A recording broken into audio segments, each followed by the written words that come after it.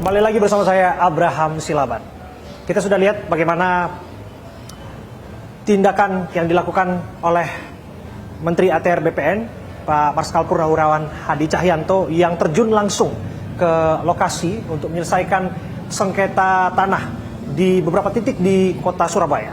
Dan kita akan dalami apa kira-kira ide dan gagasan barangkali solusi yang memang sudah disiapkan oleh Pak Hadi. Pak Hadi, kita ikut bersama-sama dan mendengarkan secara langsung aspirasi dari warga yang merasa mereka terzolimi, tanda kutip, yang merasa mereka hak-hak mereka harus dipenuhi, Pak Hadi.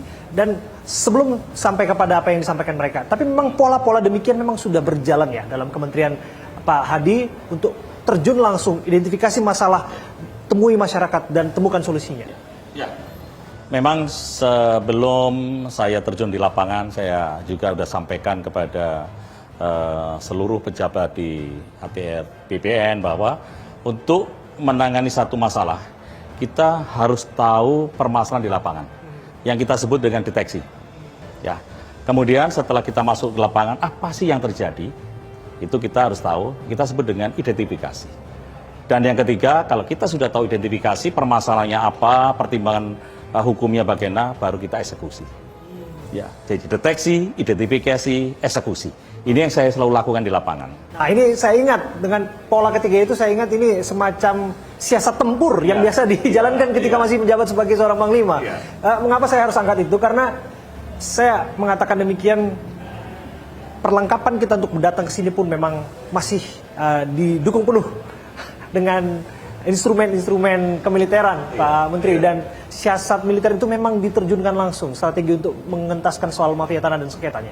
Iya, karena saya terbiasa hampir 35 tahun saya berdinas di TNI, terbiasa menyelesaikan masalah-masalah itu tidak langsung ujuk-ujuk kita eksekusi, tapi kita pelajari dulu.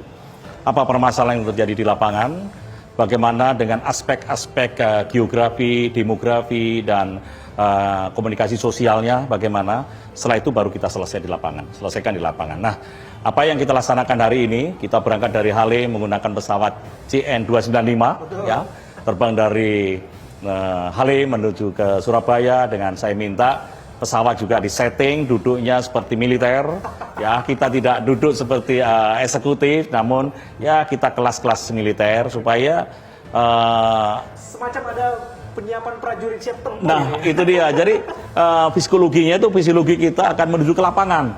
Bukan psikologi kita akan berangkat masuk ke hotel, mandi air hangat, kemudian kita bisa santai, tidak. Tapi kita ke lapangan, iya. Oleh sebab itu saya setting itu, dan ketika kita turun, kita sudah rencanakan akan melihat di 3 sasaran yang menjadi permasalahan selama ini dan puluhan tahun. Ya, yang pertama tadi kita lihat di tempat KAI Sawunggaling. Kita lihat masyarakat begitu antusias, Pak Menteri selesaikan permasalahan kami sudah puluhan tahun bertempat tinggal di sini. Tapi saya sampaikan, ya, kita dengarkan, sabar, karena permasalahannya ini adalah tanah milik KAI, aset BUMN yang harus kita komunikasikan dengan Menteri BUMN bagaimana solusinya. Termasuk yang kedua, kita juga kunjungi di wilayah Kota Madya Surabaya terkait dengan surat ijo, ya, dan masyarakat itu, Pak Menteri saya minta tolong selesaikan permasalahan kami.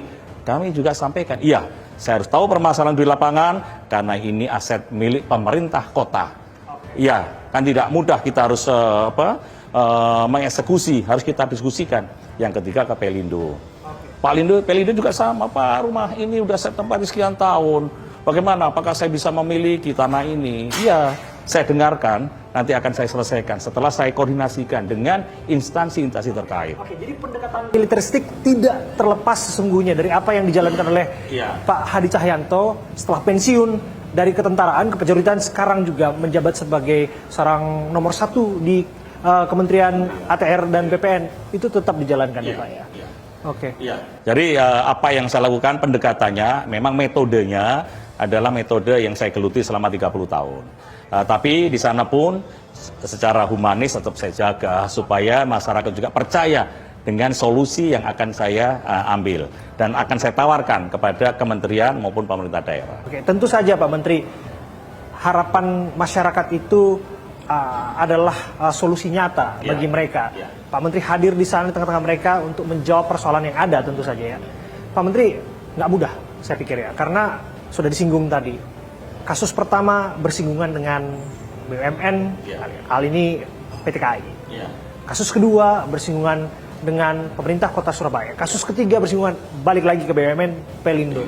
Ada stakeholder yang lain di sana di luar kementerian Anda, di luar wewenang Anda, otoritas yang lain, dan kerjasama lintas sektoral.